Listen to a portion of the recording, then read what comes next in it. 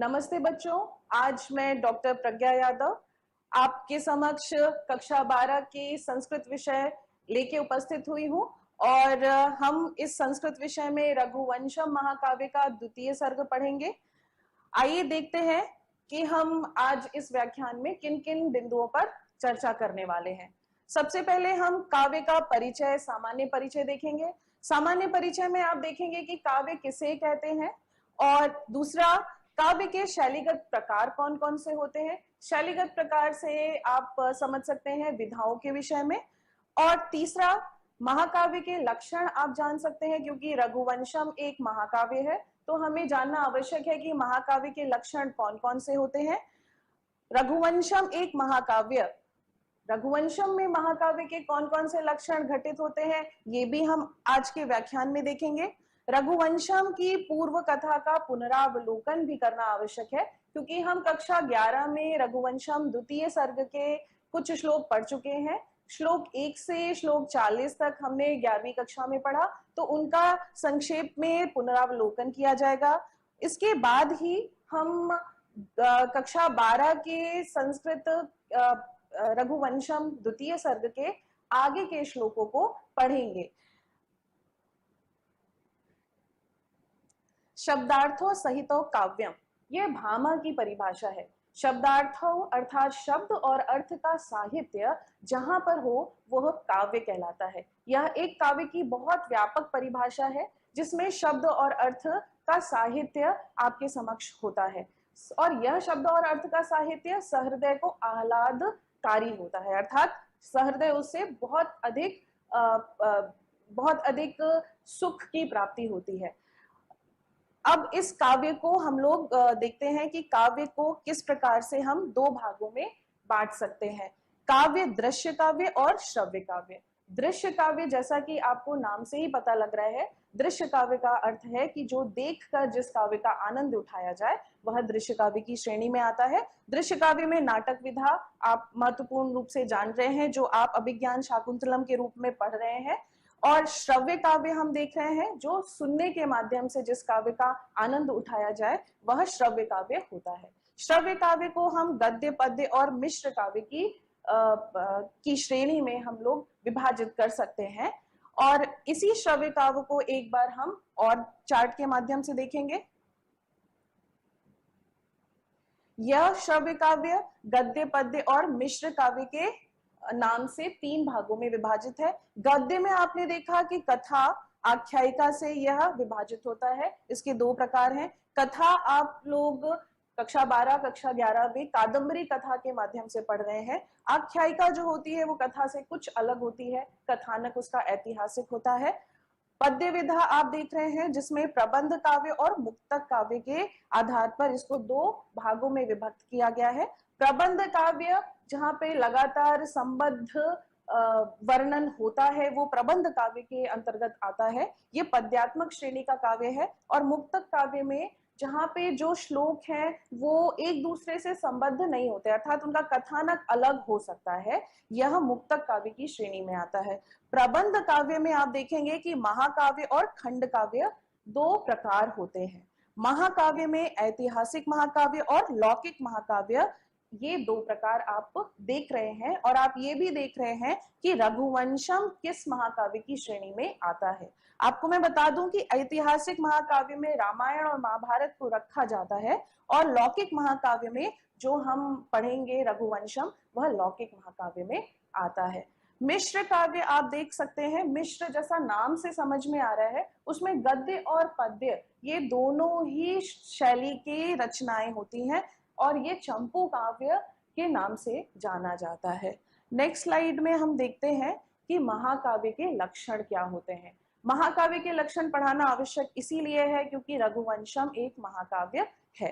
देखिए, कथानक महाकाव्य का ऐतिहासिक होता है और किसी सज्जन व्यक्ति से संबंधित होता है। दूसरा, नायक इसके देवता होते हैं, या देव कुलीन क्षत्रिय अथवा कोई एक वंशज कुलीन व्यक्ति से संबद्ध एक नायक उसका नायक होता है। और महाकाव्य का नामकरण जो होता है वो उसके कवि, कथानक, नायक अथवा प्रतिनायक के नाम पर होता है।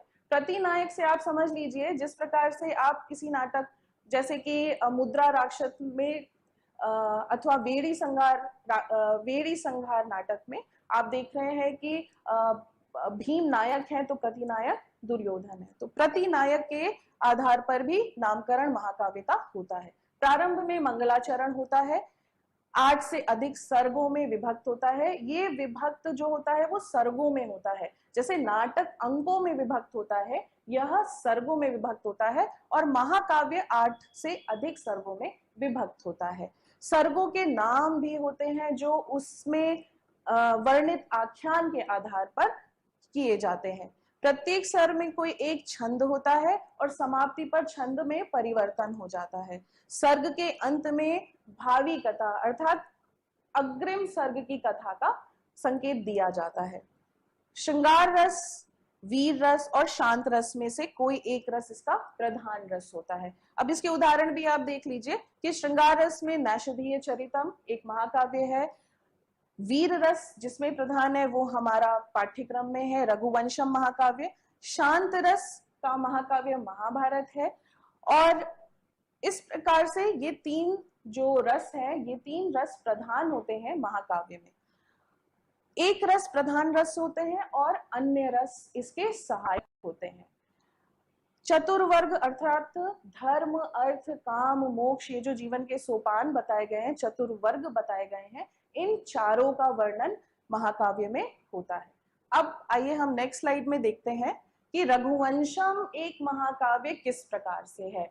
रघुवंशम में महाकाव्य के कौन कौन से लक्षण घटित होते हैं। सर्वप्रथम जैसा कि रघुवंश के नाम से आप समझ पा रहे हैं कि ये राम के वंश का वर्णन है इसमें, तो महाकाव्य का लक्षण भी था कि किसी कुलीन वंश के संबद्ध व्यक्ति का वर्णन होना चाहिए। तो यहाँ पे राम के वंश का वर्णन है, जहां आपने देखा कि राजा दिलीप से लेकर अग्निवर्ण पर्यंत 31 राजाओं का वर्णन किया गया है। यह 19 सर्ग में विभक्त है। प्रधान रस इसका वीर रस है। अन्य अंगी रस में आप देखेंगे कि करुण रस, श्रृंगार रस, शांत रस, अद्भुत, बीभत्स, ये सारे जो अंगी रस हैं ये प्रधान रस को के परिपाक में उसकी सहायता करते हैं। 21 प्रकार के छंदों का प्रयोग किया गया है। कथानक इसका ऐतिहासिक है।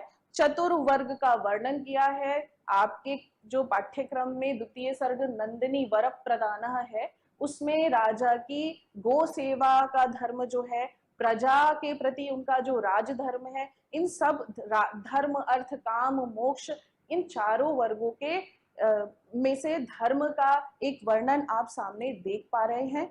उसके बाद में मंगलाचरण से यह प्रारंभ होता है। संस्कृत साहित्य परंपरा में मंगलाचरण की अनिवार्यता आप सबको पता ही है। मंगलाचरण इसलिए किया जाता है कि ग्रंथ की निर्विघ्न समाप्ति हो। तो चलिए रघुवंशम महाकाव्य का अध्ययन करने से पहले हम एक बार पुनः इसका मंगलाचरण करते हैं। वागर्थाविव संप्रक्तौ वागर्थ प्रतिपत्तये जगतः पितरौ वंदे पार्वती परमेश्वरौ। इसमें हमने पार्वती और परमेश्वर की स्तुति की है और कालिदास के द्वारा यह स्तुति की गई है महाकाव्य की निर्विघ्न समाप्ति के लिए। चलिए हम नेक्स्ट स्लाइड में, तो आइए बच्चों हम देखते हैं कि रघुवंशम द्वितीय सर्ग नंदिनी वर प्रदान में हम 11वीं कक्षा में कथा कितनी पढ़ चुके हैं। हम लोग 11वीं कक्षा में हमने पढ़ा कि राजा दिलीप और रानी सुदक्षिणा संतान प्राप्ति की कामना को लेकर गुरु वशिष्ठ के आश्रम जाते हैं।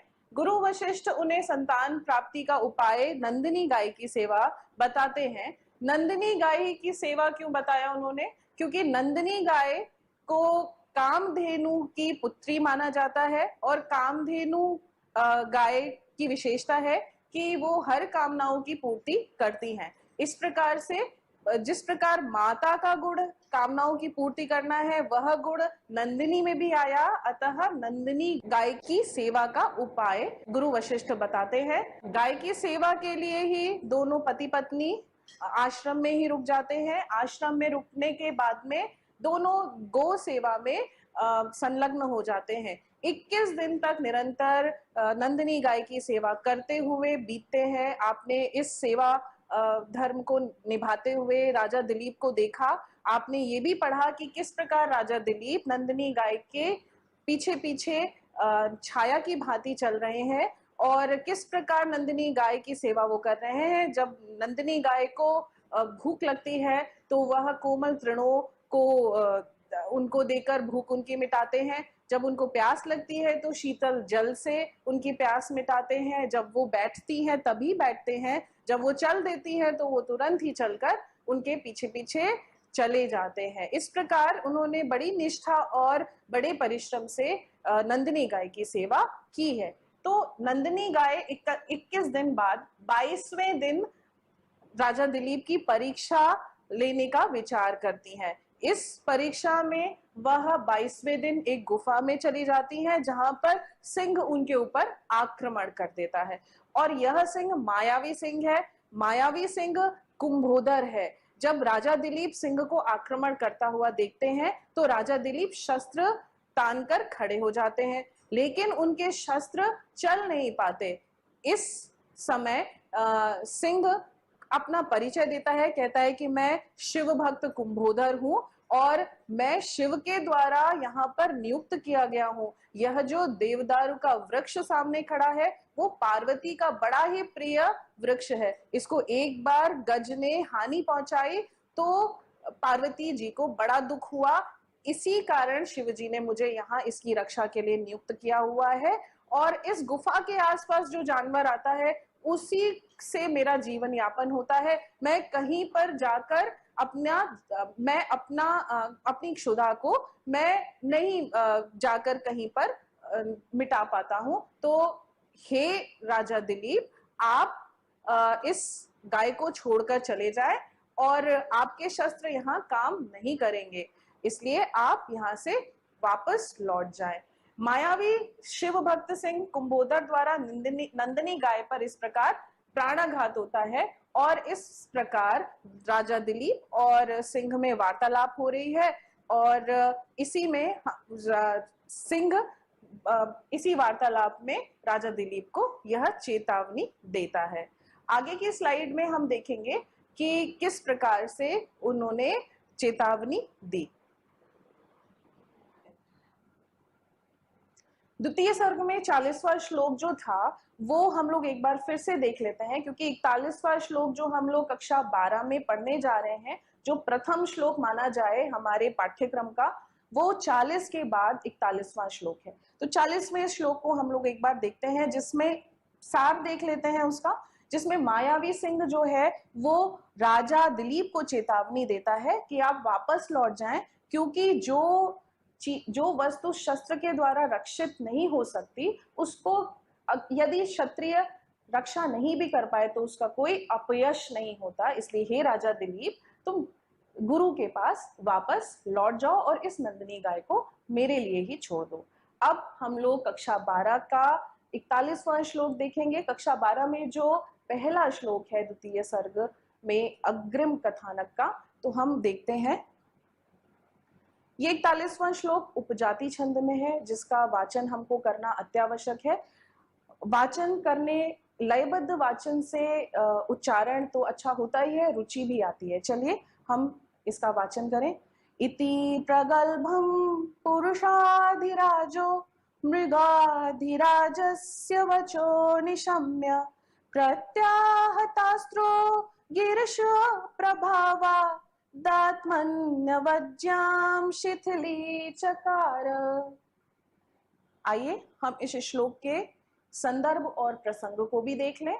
आपको संदर्भ में आप महाकवि कालिदास का नाम लिखना है, आपको रघुवंश महाकाव्य का नाम लिखना है और द्वितीय सर्ग का नाम नंदिनी वर प्रदानः है, ये आपको यहाँ पर लिखना है।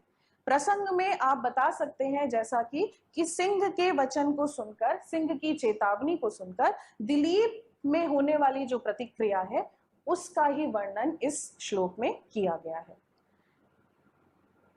आइए हम इसके बाद में अन्वय और कठिन शब्दों को देखेंगे। अन्वय में जो क्रमबद्धता छंद के नियमों के कारण श्लोक में नहीं होती है, वह गद्यात्मक शैली में अन्वय लिखा जाता है। कारक, कारकों का सही क्रम और उसके बाद में क्रिया अंतिम पद में हो जाती है, जिससे कि अर्थ स्पष्ट करना आसान हो जाता है। एक बार अन्वय हम देखेंगे। पुरुषाधिराजः इति प्रगल्भम मृगाधिराजस्य वचः निशम्य गिरीश प्रभावात् प्रत्याहतास्त्रः आत्मनि अवज्ञाम शिथिली चकार। इसमें कठिन शब्द आप देखेंगे कि प्रगल्भम का अर्थ होता है धृष्टतापूर्ण, ढीठतापूर्ण। निशम्य का अर्थ, निशम्य अर्थात सुन करके। प्रत्याहतास्त्रः, पुरुषाधिराजः का विशेषण हो सकता है ये। पुरुषाधिराजः दिलीप, प्रत्याहतास्त्रः प्रतियाहत अस्त्रः, जिसके अस्त्र रुक गए हैं, अवरुद्ध हो गए हैं, ऐसा वह दिलीप राजा। आत्मन्यवज्ञाम, आत्मनि अवज्ञाम, अपने अपमान को। शिथिली चकार, सहन कर लिया या शिथिल कर दिया। अन्वय के बाद में हम लोग इसका हिंदी व्याख्या अवश्य करेंगे। हिंदी व्याख्या के लिए नेक्स्ट स्लाइड में हम देखते हैं कि श्लोक आपके समक्ष है, आपको कठिन शब्दों का ज्ञान भी हो गया है और इसी प्रसंग में हम सभी पदों को उनके भाव के साथ में व्याख्या के लिए प्रयोग कर सकते हैं। इति प्रगल्भम, प्रगल्भम धृष्टतापूर्ण। पुरुषाधिराजः, पुरुषों का अधिराज अर्थात नरों का स्वामी अर्थात राजा दिलीप। मृगाधिराजस्य, मृग अधिराजस्य, मृगाणाम अधिराजः, मृगों के अधिराज अर्थात मृगों के अधिराज कौन है? सिंह। सिंह के वचः निशम्य, वचनों को सुन करके। पुनः देखिए पहली लाइन में पुरुषाधिराजः अर्थात पुरुषों का राजा, राजा दिलीप ने प्रगल्भम धृष्टतापूर्ण मृगाधिराजस्य, मृगों के अधिराज अर्थात सिंह के वचन को निशम्य सुन करके प्रत्याहतास्त्रः गिरीश प्रभावात, गिरीश प्रभावात, गिरीश अर्थात शिव के प्रभाव से प्रत्याहतास्त्र, जिसके अस्त्र अवरुद्ध हो गए हैं, ऐसा वह राजा दिलीप आत्मनि अवज्ञाम शिथिली चकार, ऐसे राजा दिलीप ने अपनी अवज्ञा को, अपने अपमान को शिथिली चकार, सहन कर लिया। यहाँ पर आपको अर्थ तो एक बार समझ में आ गया सभी पदों का, परंतु हमारे पाठ्यक्रम में व्याख्या है, पाठ्यक्रम में व्याख्या है और रघुवंशम महाकाव्य में महाकवि कालिदास ने रघुवंश के राजा दिलीप का वर्णन किया है और राजा दिलीप के वर्णन में उनके वीरता का वर्णन इस श्लोक में मिल रहा है। देखिए कहाँ पे मिल रहा है, प्रत्याहतास्त्रः गिरीश प्रभावात्, उनके अस्त्र जो हैं वह अवरुद्ध हो गए हैं, लेकिन वो अवरुद्ध किसी भय के कारण नहीं हुए। सिंह जैसे हिंसक पशु को देखकर वह उनके अस्त्र अवरुद्ध नहीं हुए हैं, इसीलिए उन्होंने गिरीश प्रभावात्, यह अवश्य लिखा है, अर्थात शिव जी के ही प्रभाव से उन महान पराक्रमी रघुवंशीय राजा दिलीप के अस्त्र अवरुद्ध हो गए हैं। यह बिंदु को लिखना अपनी व्याख्या में बहुत आवश्यक है, तो अवश्य इसको लिखेंगे कि राजा दिलीप के अस्त्र किसी हिंसक पशु के भय से नहीं वरन शिव के प्रभाव से ही अवरुद्ध हुए और इस प्रकार शिव का प्रभाव जान करके उन्होंने अपने अपमान को सहन कर लिया। जो कि क्षत्रिय अपने अपमान को सहन नहीं करता है, लेकिन क्षत्रिय अपने पूज्य भगवान के प्रभाव को अवश्य ही सहन करेगा। अतः उन्होंने प्रगल्भतापूर्ण वचनों को, सिंह के प्रगल्भतापूर्ण वचनों को सहन कर लिया। नेक्स्ट स्लाइड में हम भाषा और शैलीगत विशेषताओं पर एक दृष्टि डालेंगे। काव्य सौंदर्य के तत्व में छंद, इसमें उपजाति छंद है जिसमें इंद्र वज्रा और उपेंद्र वज्रा का मिश्रण होता है। ये मिश्रण पहली दो लाइन में भी हो सकता है, पहली दो लाइनें इंद्र वज्रा की, आखिरी दो लाइनें उपेंद्र वज्रा की, और या इंद्र वज्र, उपेंद्र वज्र, इंद्र वज्र, उपेंद्र वज्र, ऐसा भी हो सकता है। इसके बहुत अधिक मिश्रण के प्रकार हैं। तो उपजाति छंद इस श्लोक में है। रस इसका वीर रस है, स्थायी भाव उत्साह है। आपको पुनः याद दिलाऊंगी, प्रत्याहतास्त्र गिरीश प्रभावात, गिरीश के प्रभाव के कारण उनके अस्त्र रुके हैं, ना कि भय के कारण। व्याकरणात्मक टिप्पणी में आप देखेंगे कि पुरुषाधिराज पुरुषाणाम अधिराज षष्ठी तत्पुरुष है, मृगाणाम अधिराज षष्ठी तत्पुरुष है। निशम्य में शम धातु में नि उपसर्ग पूर्वक ल्यप प्रत्यय लगा है। ल्यप प्रत्यय करके के अर्थ में आता है। ल और प जिसमें लुप्त हो जाता है, य शेष बचता है और रूप सिद्धि होती है निशम्य की। प्रत्याहतास्त्र प्रति आहत अस्त्र, यण संधि और दीर्घ संधि क्रमशः यहाँ पे है। नेक्स्ट स्लाइड में हम देखेंगे कि मुख्य बिंदुओं को हम एक बार पुनः चर्चा करेंगे। प्रश्न मैं आपसे पूछती हूँ, आप उनका ध्यान दीजिए। हिंदी व्याख्या के बाद में हम इस श्लोक में आए हुए कुछ मुख्य बिंदुओं को प्रश्नों के माध्यम से एक बार दोहराते हैं। मैं आपसे प्रश्न कर रही हूं जो कि मुख्य बिंदु पर आधारित प्रश्न है। बहुत ही महत्वपूर्ण प्रश्न, आपको पता होना चाहिए। पुरुषाधिराजः कः? अस्मिन् श्लोके पुरुषाधिराजः कः? राजा दिलीपः। कस्य प्रभावात् दिलीपः प्रत्याहतास्त्रः अभवत्? कस्य प्रभावात्? शिवस्य प्रभावात्, गिरीश प्रभावात्। श्लोके वर्णितः अस्ति, श्लोक में वर्णित है, श्लोक में लिखा भी गया है। एक पद है गिरीश प्रभावात् प्रत्याहतास्त्रः, तो शिवस्य प्रभावात् दिलीपः प्रत्याहतास्त्रः अभवत्। कः आत्मनि अवज्ञां शिथिलीकृतवान्? कः? राजा दिलीपः आत्मनि अवज्ञां शिथिलीकृतवान्। आपने देखा, राजा दिलीप ने शिव के प्रभाव होने के कारण अपने अपमान को सहन कर लिया। ये तीन बिंदु हैं। पुरुषाधिराज दिलीप ने अपने अपमान को सहन कर लिया। प्रत्याहतास्त्र अर्थात शिव के प्रभाव से अवरुद्ध शस्त्रों वाले राजा दिलीप ने उसके धृष्टतापूर्ण वचनों को सुनकर भी अपना अपमान स्वीकार कर लिया, शिथिल कर दिया, क्योंकि वह शिव भक्त कुंभोधर है। अस्तु, नेक्स्ट स्लाइड में हम अभ्यास कार्य अवश्य देखेंगे। अभ्यास कार्य का एक अपना महत्व होता है। आप जानते हैं कि अभ्यास से ही आप में कुशलता आएगी। आपको मैंने एक काम दिया, गिरीश प्रभावादात्मन्यवज्ञाम। इस समस्त पद में कौन कौन से पद आए हैं, आपको उसको अलग अलग करके अवश्य लिखना है अपने पास। आपको श्लोक 41 का वाचन का अभ्यास अवश्य करना है। आपको वाचन लयबद्ध तरीके से करके मैंने सुनाया था। उसी लय में आपको इस श्लोक का वाचन का अभ्यास अवश्य करना है। उससे होता क्या है कि रुचिकर हो जाता है श्लोक का वाचन, और क्या होता है कि रुचि बढ़ने से हमारा उच्चारण भी अच्छा होता है। और संस्कृत के विद्यार्थियों में उच्चारण का महत्व आप सभी जान रहे हैं। तो उच्चारण के लिए और रुचि के लिए लयबद्ध तरीका और लयबद्ध तरीके से श्लोक का वाचन अत्यावश्यक है। उसके बाद आज के व्याख्यान के आधार पर श्लोक की ससंदर्भ व्याख्या अपने शब्दों में करिए। आपको जिस पद को प्रभावपूर्ण तरीके से व्याख्या में उल्लेखित करना है वो आपको मैंने बता दिया है, तो उसको अवश्य अपने शब्दों में लेकर अपने शब्दों में बढ़िया सी व्याख्या आप करेंगे। इसके बाद में अगले व्याख्यान के लिए जो पूर्व तैयारी है उसको जान लेना चाहिए। हमने आज 41वां श्लोक पढ़ा।